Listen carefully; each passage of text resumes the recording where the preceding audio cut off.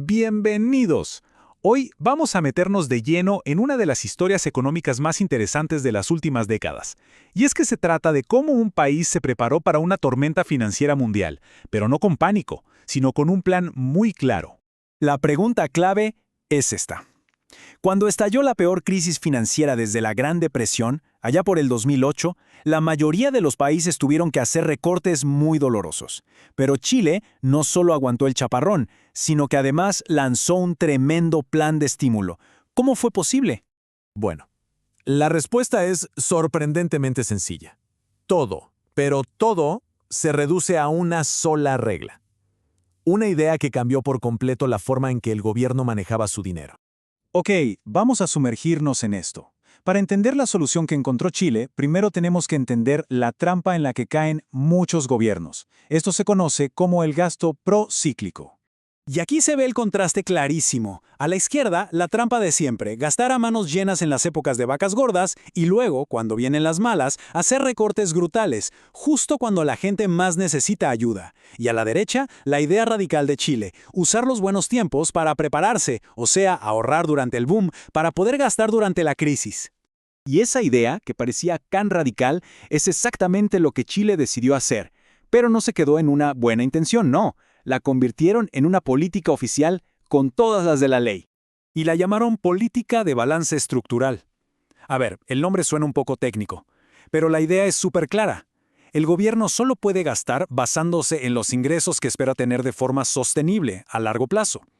¿Y qué pasa con toda esa plata extra que entra cuando los precios del cobre, su principal exportación, están por las nubes? Fácil, ese dinero no se toca, se ahorra. Esta frase lo resume todo a la perfección. Es la filosofía central, ahorrar cuando la economía crece para poder gastar cuando se contrae. Es una política que le da la vuelta a la lógica tradicional para funcionar como un potente estabilizador de la economía. Pero claro, una regla es solo una teoría hasta que se enfrenta a la vida real, ¿no? Y a mediados de los 2000, esta política estaba a punto de enfrentar la prueba más dura que uno se puede imaginar. A ver, sigamos esta línea de tiempo para ver cómo se desarrolló todo. Entre 2006 y 2008, el mundo estaba en pleno boom de las materias primas. El precio del cobre se fue a las nubes, llenando las arcas del Estado chileno. Pero en lugar de salir a gastar, lo guardaron. Y entonces, a finales de 2008, ¡pum!, todo se vino abajo. La economía mundial entró en crisis. Y justo en ese momento, Chile rompió su alcancía y lanzó un plan de estímulo masivo en 2009. Y el resultado de toda esta disciplina fue, para decirlo en una palabra, espectacular. Los números cuentan una historia de éxito financiero que casi no tiene comparación. Esto lo ilustra de maravilla. Este gráfico nos muestra el balance fiscal de Chile. Fíjense en esos picos enormes entre 2006 y 2008. Esos son los superávits, es decir, toda la plata que se estaba ahorrando. Y luego esa caída tan brusca en 2009 no es un desastre, es el plan en acción, un déficit hecho a propósito para estimular la economía y pagado enteramente con los ahorros de los años buenos. Para que nos hagamos una idea de la magnitud, entre 2006 y 2009, Chile acumuló un ahorro fiscal que equivalía al 17.3% de todo su Producto Interno Bruto. Es una cifra realmente asombrosa. Y estos gráficos nos cuentan la historia completa. Como se ve a la izquierda, mientras el ahorro crecía y crecía, la deuda pública caía a sus mínimos históricos, con un promedio de apenas 5.2% del PIB. Al mismo tiempo, el gráfico de la derecha muestra cómo los activos financieros del gobierno, o sea, sus ahorros, se dispararon a niveles nunca antes vistos. En resumen, menos deuda y muchísimo más dinero en el banco. Y todo esto llevó a un hito increíble. Por primera vez, el gobierno de Chile tenía más activos financieros que deudas. Dicho de otra manera, el mundo le debía más dinero a Chile que Chile al mundo.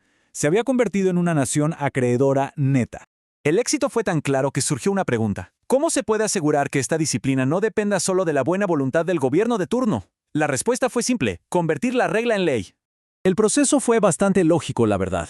El éxito de la política generó un apoyo de todos los sectores. Esto llevó a que se aprobara la Ley de Responsabilidad Fiscal en 2006 que blindó esta práctica. Y finalmente se crearon instituciones específicas para administrar estos nuevos fondos soberanos. Básicamente se crearon dos alcancías principales. Por un lado, el Fondo de Reserva de Pensiones para asegurar las jubilaciones del futuro.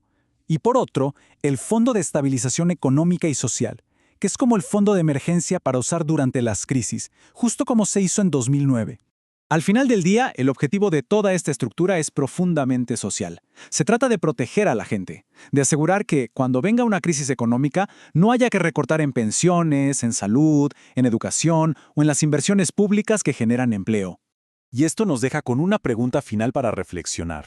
La lógica es sencilla, los resultados son contundentes y los beneficios para la población son claros. Entonces, si esta estrategia de ahorro ha demostrado ser tan efectiva para la estabilidad, ¿por qué son tan pocos los países que logran ponerla en práctica? Es una buena pregunta sobre la difícil decisión entre la gratificación del momento y la fortaleza a largo plazo.